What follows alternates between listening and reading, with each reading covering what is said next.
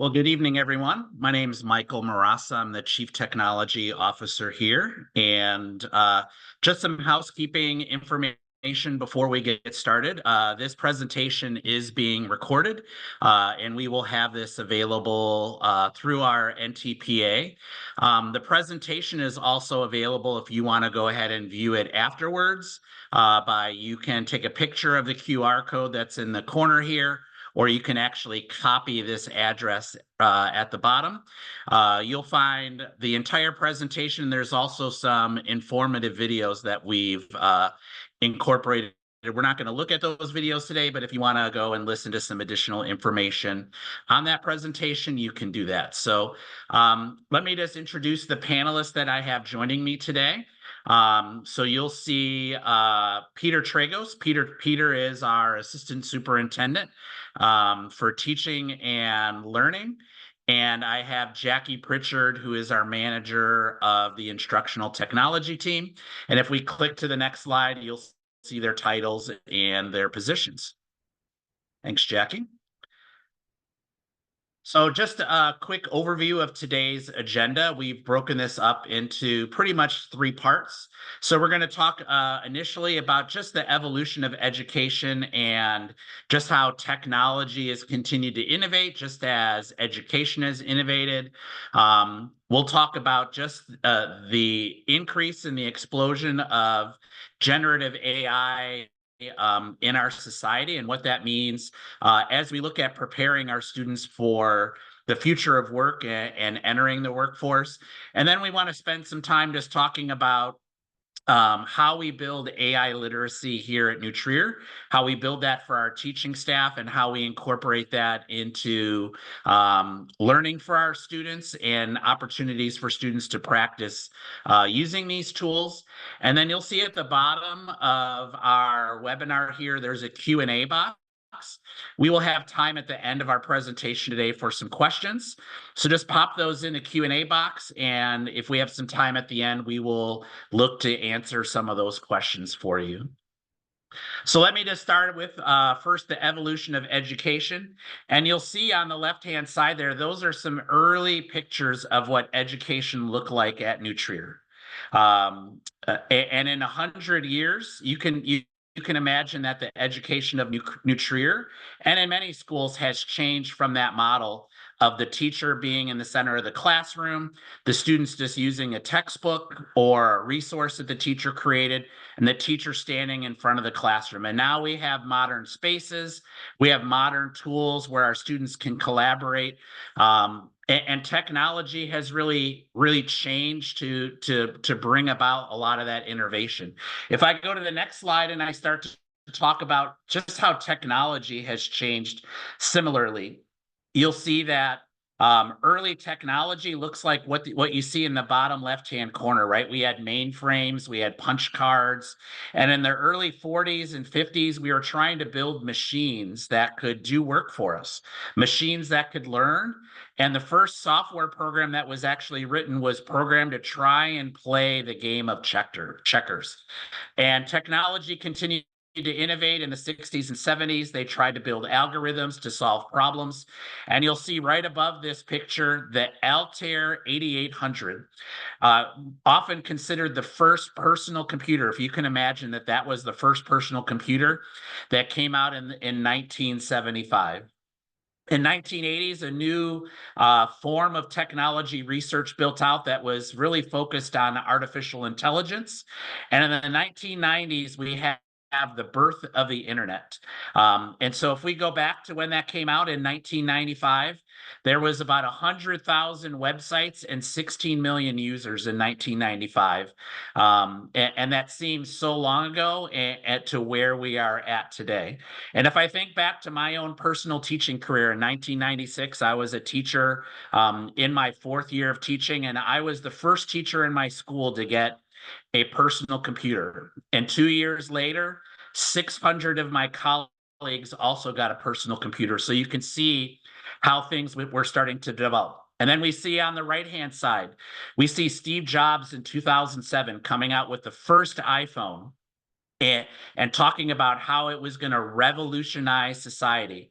And we see now that those computer labs that were a thing of my early teaching career, developing into what you see in the bottom left-hand corner there, where every student has a device. And so, you know, Apple, the internet, personal computing, now we have laptops and tablets and smartphones. We have navigation in our cars that can figure out where we're going. It's just amazing how technology is innovated.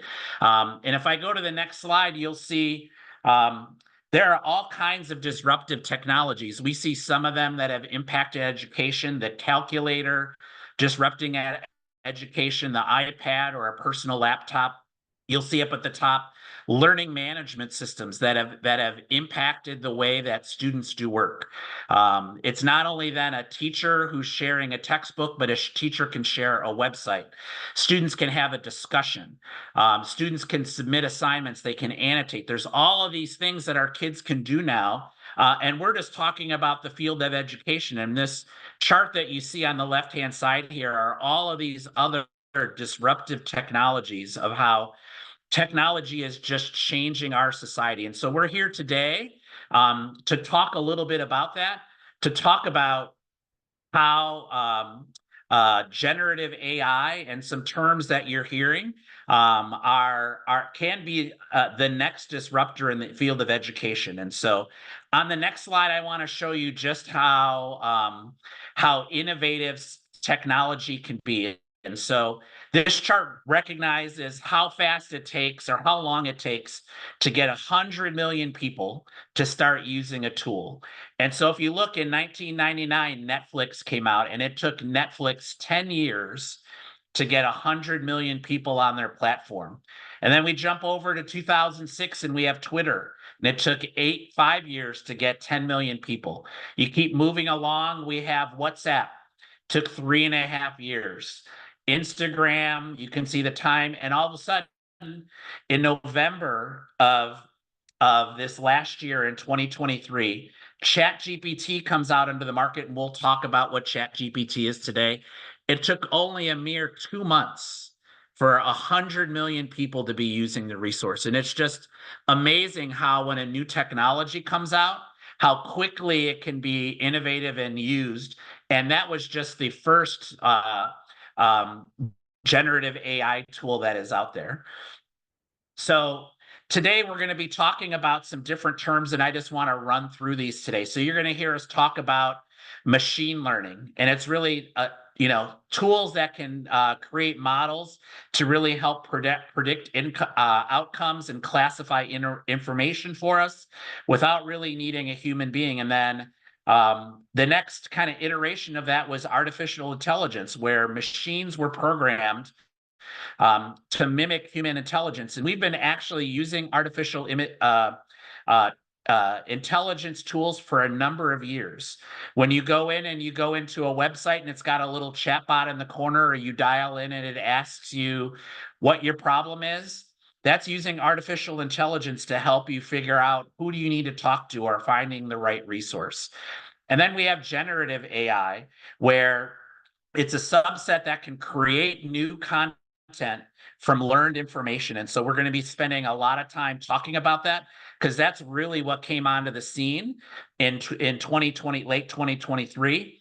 And ChatGPT, Claude, Gemini, Copilot, I think there's now at least 30 or more of these on the market, are what are called LLMs, or large language models.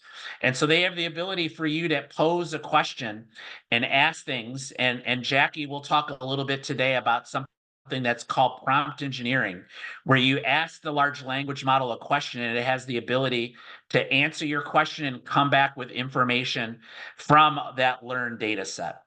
So with that, I am going to turn things over to Peter to talk about how these types of tools have the ability to really prepare our students for that next step.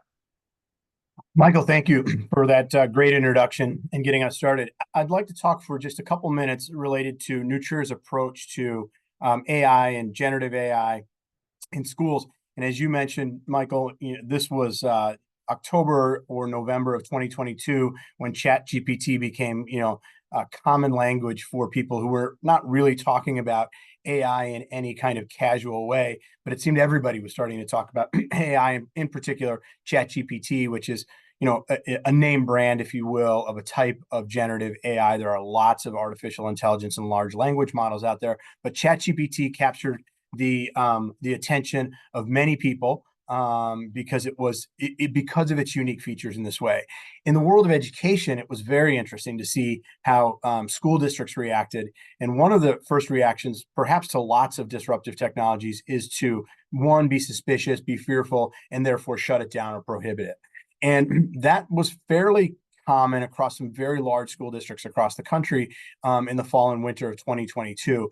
At Nuture, we took a little different approach, and I want to talk about that here. You can see our strategic approach to this, which is to look at this as a way that we've approached it, is to take a learning stance, trying not to underreact or overreact, and instead we want to build an understanding of AI, what it is, what it can and cannot do, and ultimately teach students how to learn in a world where this technology exists. And that technology will only grow increasingly smarter and more powerful, seemingly by the day. AI is an integral part of our lives, whether or not we notice it or not. And we want to harness that technology to prepare our students for the world in which they will live and work. So we see this as just one more opportunity to teach students media and digital literacy skills, as well as critical thinking skills and decision making. We've approached it with this, as you can see on the slide here, a strategic vision for us and our approach to AI, both from the district level and as teachers are starting to approach this too. And Jacqui will talk about how that's actually playing out there. So if you go to the next slide, one thing to note about this, I just pulled two of dozens and dozens of headlines that you could see around this time period, or I mean, the time when ChatGPT was coming out. And the one I really kind of get a kick out of is the one in the upper left. It's an Atlantic article called "The End of High School English." And it's powerful. It just notes the power and the potential to change learning and education and research and potentially relationships. But it's not the end of education. We're at no shortage of hyperbole around what technology will do to education. It's certainly not the end of education, and it's certainly not the end of high school English. Like it or not, love it or hate it, we have to learn to live with it. Learn to live with it smartly and wisely. Again, on the other side of that, we see this optimist guide to artificial intelligence and work. So, and there's all of this and everything in between as people were starting to talk about the ChatGPT and its impact. So if you go to the next one, interestingly enough, one of the things that we also, are attuned to at Nutrier is preparing our students for the future. It's one of our central to our mission is to prepare students for their future. And part of that is to know what kind of futures we're preparing them for. Certainly, we know some sound practices in education, and we'll continue to do those things, but we also have to be aware of what's happening in the world of college and career in the future. And you can see this World Economic Forum produces a Future of Jobs report on an annual basis, and the top 10 skills on the rise here. Interestingly, note that AI and big data is number 7 that you can see.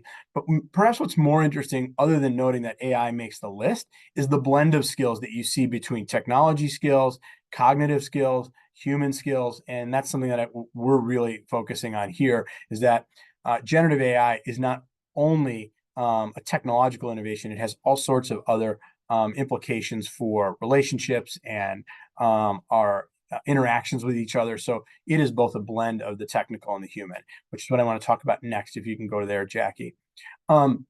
This gets to some of that, the technical, and I'll get to that is also from the same report in 2023 World Economic Forum.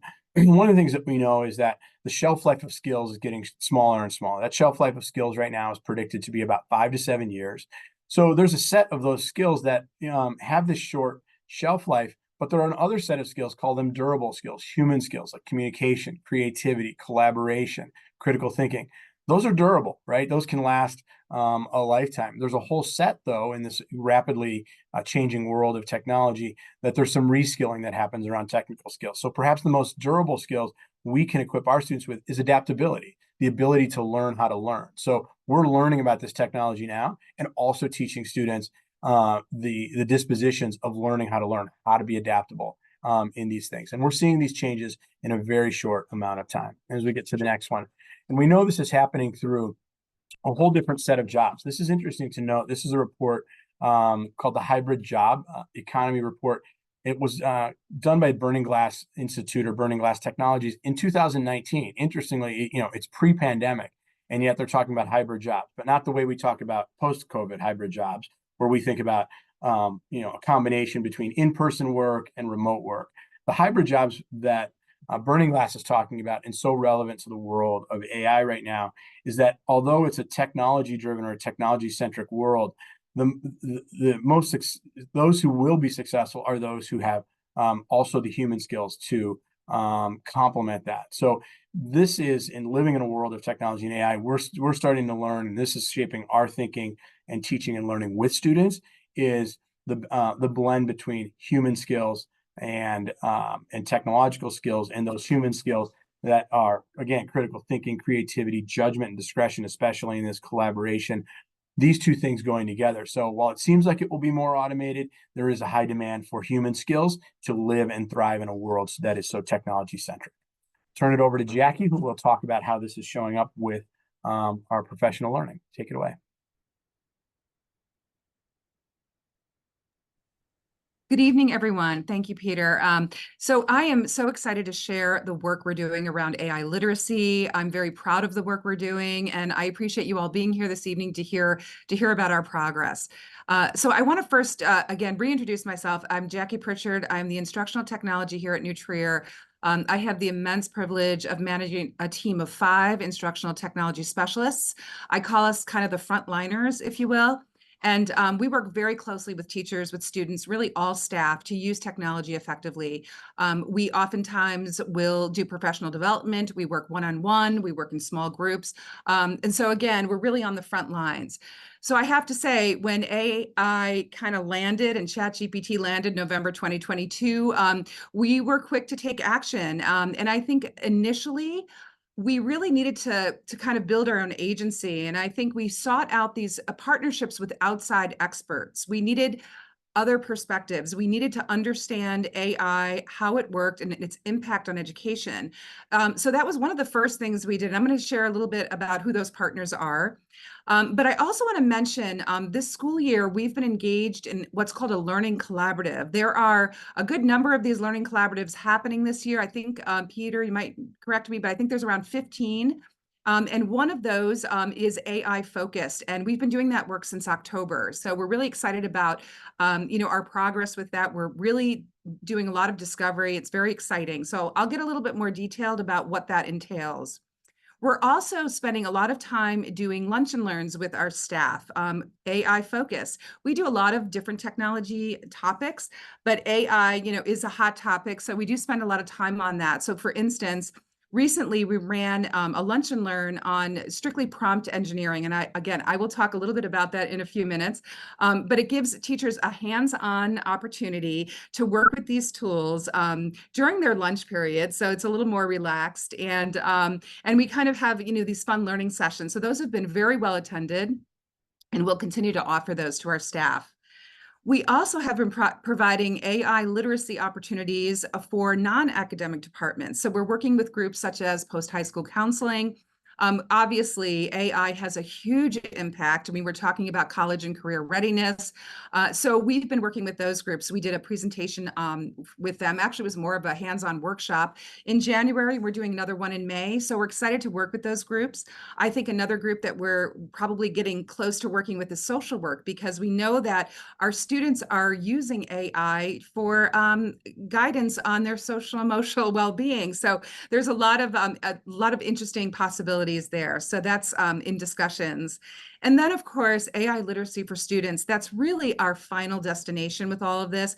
But it's really important. I'm going back to kind of our district vision, and we really need to build that agency within ourselves as adult educators before we can engage with our students and be really mindful and educated about, of course, there's some immense benefits and possibilities, but there are some guardrails that need to be up as we navigate this together. So we're doing this in a very measured way.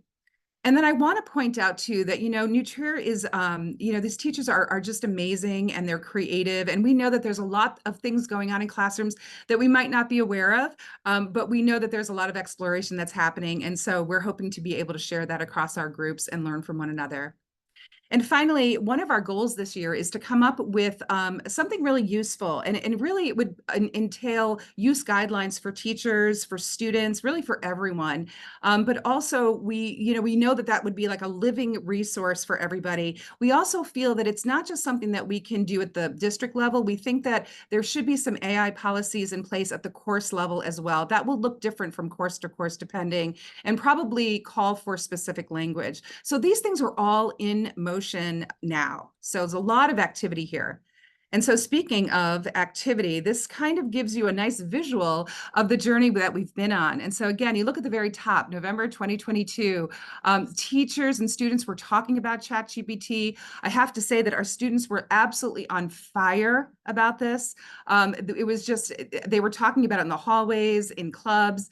So immediately, really, the district knew this is something that we need to engage with. And so right away, in working with, the technology department, curriculum and instruction, really across all groups, we started to have conversations. We started to do presentations to various groups. We started to structure professional development, and really started to quickly roll that out. So this is a lot to look at, I realize, but I also wanted to just demonstrate the volume of work that's being done around AI literacy.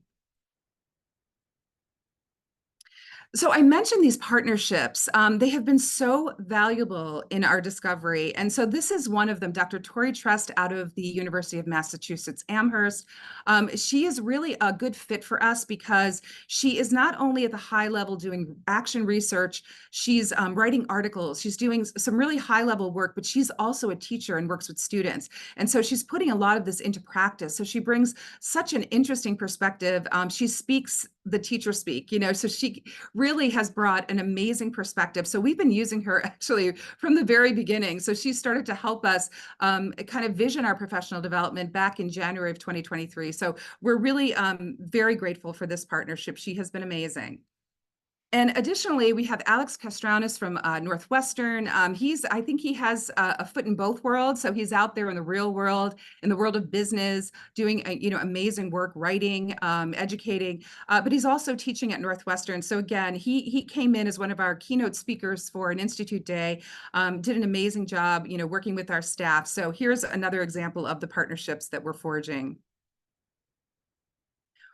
So what I'd like to also mention is that we realize, we're a learning community. We have teaching staff, we have non-teaching staff. And so how do we reach everyone? So one of the ways we can do that is we're very lucky that we are well-resourced. And so LinkedIn Learning has been a resource we've been using for quite some time. It's on demand, and it's something that everyone is really familiar with. Well, with the advent of ChatGPT and all the talk about artificial intelligence, they've really built up their library of content. So we're excited to bring that to our non-teaching staff. This can be accessed at their convenience. So I'm working with the Director of Human Resources in ways that we can roll this out. But I wanted to point out something kind of interesting. If you'll notice, there's something called an AI coaching layer to LinkedIn Learning. So this is an example of a already familiar platform that we're using. And now they've blended in this AI coaching. It learns you and it scopes out content to you. So it's very interesting to see that that layer being added. So it's that AI technology is been integrated into this platform itself. And we're seeing that with a lot of ed tech tools. So I know this is a lot of information, but I'm going to go a little bit deeper with the Learning Collaborative. I think what's important to point out with this particular professional development, I'd call it an event because we're doing this all school year and 6 sessions over the course of the year. But it involves 30 Nutra teachers. From what I understand, there were over 100 teachers who wanted to be part of and participate in this Learning Collaborative, but we cap it at 30 teachers. So we knew that this was a really important work that we were doing. So what is also interesting to think about is how 30 Nutra teachers doing this work all year and how they will reach their many students. So you think about 30 teachers teaching, maybe 4 or 5 classes, all of those sections, that's a lot of students that they're reaching, because ultimately the work we do in this Learning Collaborative then prepares those teachers to bring those lessons into the classroom and to be working with their students and help them build their own literacy. So I also want to point out that really these 30 Nutria teachers not only are reaching their students, they're also reaching out to their colleagues and sharing the work that they're doing. So this is a very powerful model, and we're just so excited to be part of it. I also want to point out that this involves 12 hours of professional development for these 30 teachers. That is a lot of time, a lot of dedication to learning about AI and its impact on education. And we also make sure that we're building in times for hands-on experience with AI tools. I'm going to share some of the tools that we've been looking at. But so, for instance, they'll spend one session, working on prompt engineering. That is an art in and of itself, and I'll tell you a little bit more about that in just a moment. But we're doing a lot of exciting things, and we're bringing in Dr. Tori Trust again. So she actually spoke to the group this morning on how to build up your professional learning network around staying on top of everything that is happening in this sphere. It's happening so quickly, and staying informed is not an easy task. So she talked a little bit about how to make that easier. We're also spent a lot of time talking about these new AI features that have been integrated into the tools they're already using. So we have a lot of ed tech tools teachers will use to engage their students. Now AI features have been newly integrated into these platforms. And so we're having to take time to re-educate about how to use them. So that's been very fun to see how these tools that we're already using are kind of supercharged with AI. And then, of course, AI literacy for students. That is the goal for this learning collaborative, is to bring this to our students. Really quickly, we talked about the importance of how we've done this in a very strategic and measured way. And this is the roadmap that we've put together for this learning collaborative. And it shows how these topics have been carefully sequenced. We learn something, we build off of that. So this is kind of what the year looks like. And I just thought I'd share this because I think, the real thinking around how to do this, it didn't just come into being. We spent time at the end of last year thinking about this, and then so that we could go into this school year really with a plan. So the Learning Collaborative, we really want to make sure that we're not just talking about those exciting possibilities and the benefits of AI in our lives as educators and as learners, but also there are some really important things we need to be mindful of: data privacy and ethics. And we are going to touch on that just a little bit, but I just, we tried to have a nice balance of topics. It can't be all fun. We have to talk about, some of the risks and realities of AI in our lives. So that's something that we've blended in as well. And I wanted to mention this prompt engineering and kind of go back to this. And so really, what is prompt engineering? I know many of you have probably been exploring and learning in your own way, but the prompt engineering is a really important skill around how we are navigating AI in education. It's really takes practice and time because it is an iterative process. And basically what prompt engineering is you are calling to the generative AI, you're asking it to do something for you, and you're expecting desired results. But the prompt that you're, junk in, junk out. So you have to be really, it's a skill that you can build over time. And as I said, it does take practice. I thought this was an interesting example. This is what I would call a mega prompt. You are giving very specific instructions to your generative AI, and hopefully this will return something, magnificent. So I just wanted to show you they can be simple and they can be very sophisticated. And I wanted to mention, so with all the work that we've been doing, I mean, it really is hitting the classroom. It's getting to the students now, and the teachers are doing some really interesting things. So if you look at the far left, critical thinking, this is in an anatomy class. And what the science teacher was doing with the students was asking them to put a prompt into the generative AI. So we recommend that teachers use Microsoft Copilot through the Bing browser, because that's really the safest way to do this. It protects our data. It's just our best practice. And so he had the students ask it a topic on a scientific content, and then it returned the information. And then what the teacher asked them to do was to evaluate that information. Is it accurate? If it's not, well, then go ahead and correct it. So it was an activity. It was a lesson in critical thinking. And so again, this is really the first, I think in all of these curricular examples, really the idea here is to ask the students to come at this with a critical lens. And so I think that's the work, that's where we are right now. And so in looking at the next few images, AI is a writing assistant and as a research assistant, same kind of thing. So we had an interesting activity in an English class whereby a teacher asked the students to write an essay, plug it into the generative AI, ask it to give some feedback. How did I do? And so what was interesting is the students went through that process and then they had to do a reflection. So the important thing here again is it's getting practice with the tools, understanding how it works, and then looking at what's returned in a critical way, and then also getting experience with prompt engineering as well. Again, this is a skill and this is part of building that literacy. And then also the far right image, you can see that's generated by a platform called Night Cafe. It is an AI generated image. And so I think that this is something that I think Peter mentioned earlier, but we are going to be doing a lot more around media and visual literacy. And I think that that's also an area of growth for us. And we're hoping to be doing more of that maybe with the art department. So here is a quick example. This is, again, this was in an English class. So this is the assignment. So the teacher is challenging the students, write a prompt, get the feedback on your writing. And it gives some real guidance on how to do this. So the teacher is really walking the students through the prompt engineering.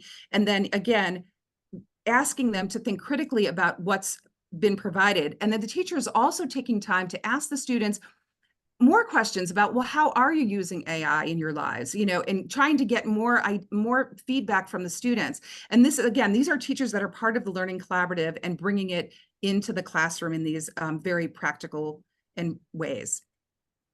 And so I wanted to just stop at that really quickly. And I was going to hand this off to Michael because he's going to talk to you a little bit about bias and ethics. Thanks, Jacqui. So I think it's important for you as parents to know that we have taken the approach from the very beginning as we are working to build out the skills of our teachers and of our students, is that we look at AI tools as a thought partner. And that thought partner is not to replace the critical thinking and the skills of our students.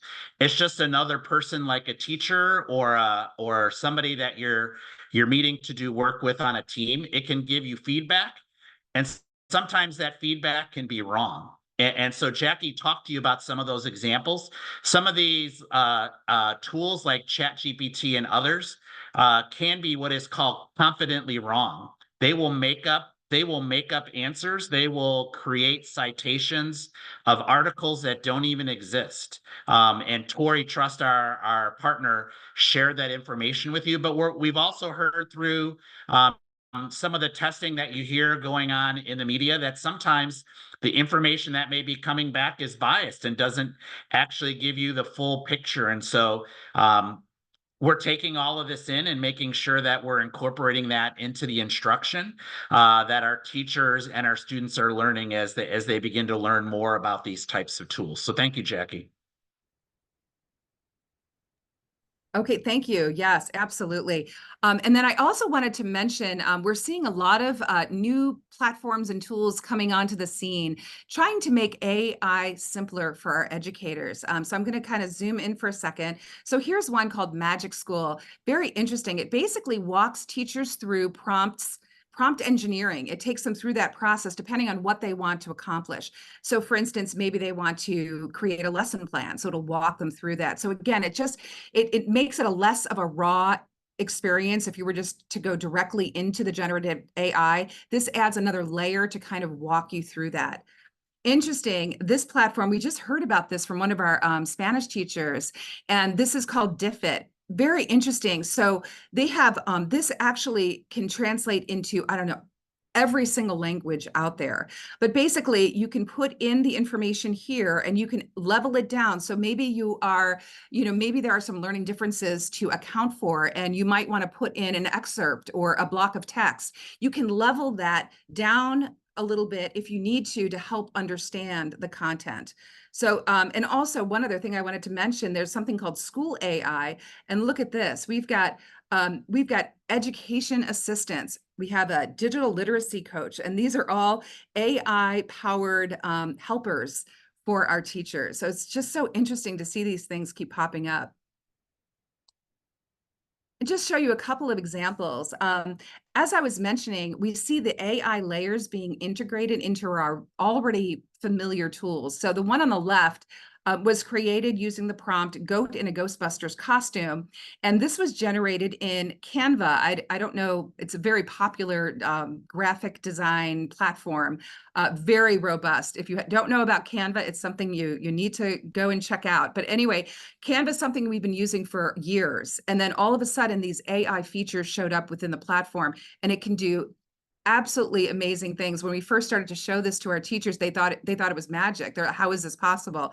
So it's been really exciting to see these enhancements. And same thing on the right, Adobe, we've been using their products for years, and now they have a new product called Adobe Firefly. It's been used in our art curriculum as well. But there's the prompt, and then it created this wonderful image. So I also want to point out that there's other platforms, and this is pretty sophisticated content that comes out of this, but this was created on Stable Diffusion. And basically what it did is it took 36 prompts to create this. I'm not going to play this right now. Actually, I could hit play and there's no sound, but it's really amazing what it created. And anyway, the content that's coming out is just absolutely mind-boggling. Same with this. So this is really the next generation of video art. So these are basically famous art through time, and it uses the generative AI to create this kind of morphing, moving montage, and using a certain kind of music, and the AI created the entire thing.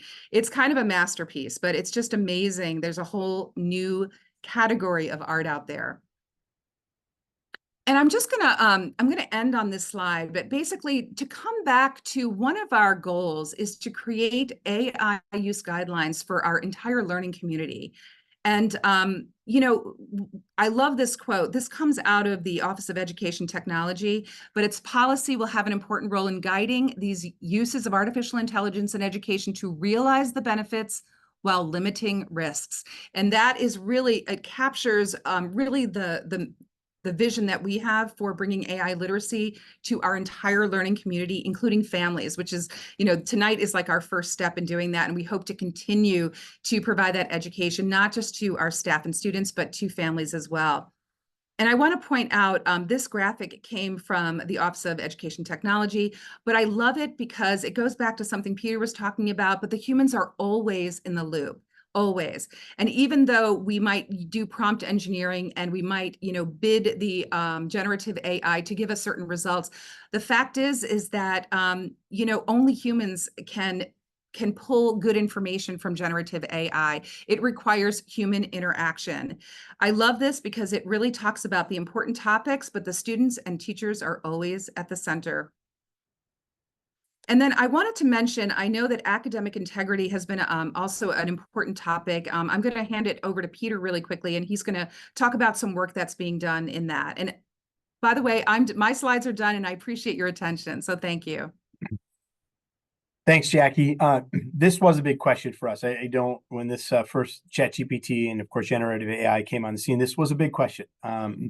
Teachers were rightfully concerned about what this means for academic integrity, authentic student learning, real concerns about using this technology to supplant authentic thinking, to supplant or bypass the productive struggle of learning by doing, right? This is how we learn skills, is by practicing them, by getting feedback in this. This seemed to be a bypass to all that. So there was some concern around it. And we have had, it started with within the English department, working around developing a policy of what will we do to inform students about this, how our current academic integrity policy actually covers the use of AI when it's not disclosed or when it's used inappropriately. But there's some guiding principles here that I think are very fitting to our context and this. And the guiding principles are this: it starts with the classroom environment, followed by relationships, assessment, design, as well as detection. That's a part of it as well. So those guiding principles, and our English department had started working on it at the beginning of the year, so all teachers could talk with students about their expectations around AI, how to use it appropriately and ethically, when it might violate it, creating some exercises for students to go through as well to test out what might cross the line from normal assistant technology assistance that might cross the line into academic dishonesty. So we've started with that: environment, relationships, design, and then detections. Where we're at, part of what Jacqui was talking about with our guidelines and guardrails, we'll have what I would say is probably a more formal policy on academic integrity by the end of this school year. It'll pair nicely with our guidelines and guardrails that we're creating. So this is the work we've been doing though through this year as teachers are talking about it, discussing it, and sharing this with students.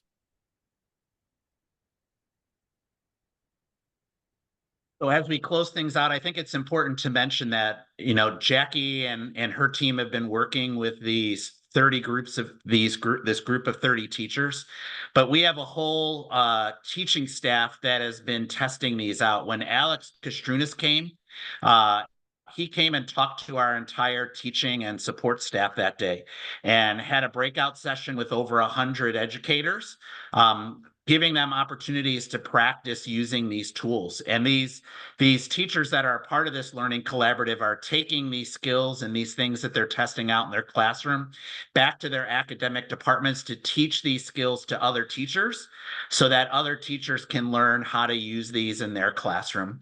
And so the question I have as we close is generative AI going to be number 13 on this list that you see here? How is it going to disrupt education? Is it going to disrupt education? We're already seeing the impact and the questions that it's raising.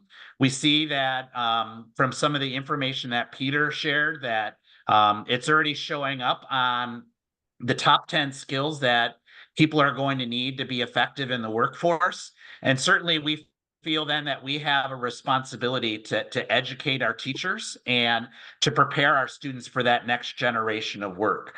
The question is then, how will this impact our teachers' work? Are there opportunities for these tools to help our teachers do their work more efficiently and to impact the teaching for our students? And so some of the information that I'm seeing and hearing is that, like Jacqui gave some of these examples, they are helping teachers write prompts, but they also have the ability to learn our students. Every student is unique and has a unique set of skills and talents and areas in which they need to grow. And the technology can learn those and individualize that information. So if you're a teacher at New Trier, you may have 100 to 120 students on your teaching responsibility. And imagine trying to have to personalize and know what each one of those individual strengths are and each one of those individual areas of growth for students. And to be able to plan and develop activities around each individual student would just be insurmountable for the amount of time it would take. And technology companies are beginning to develop tools to help learn our students, learn what those areas are, and help provide information to teachers so how they can individualize that instruction and turn around and help grow our students in this space. And so with that, we are going to conclude. We want to let you know that we've got some additional video resources that have been prepared. You'll know that QR code that we had at the beginning will also be at the end, but you'll see that there's a set of 5 videos here that we have found in the Wharton School series to help you. If you want to dig in more about this, you can learn more about this. And so we appreciate your time today. And if you have some questions, this is your opportunity to throw some questions in the chat. I know we don't have any questions there yet, so we'll give you a minute or two if you do have a question you want to ask. We did receive one question in advance, asking some questions around students with special needs and assistive technology and how we were going to be, how is Nutria planning to meet the needs of students with special needs, especially those that use assistive technology tools? And we want to let you know, we start first and foremost with our teachers and making sure that those teachers that work with our students are always continuing their own personal professional development. There is expertise in this space, and our teachers are spending time learning more about that and these technologies, and ultimately the decision around assistive technology and artificial generative AI tools is going to come down to that IEP team, the members of this team, the parent and the student, around what's in the best interest for our student. And so just know that we feel like our staff has this covered, and that our staff is continuing to work to educate themselves about this space as well. We'll take about another minute. We still don't have any questions in the chat.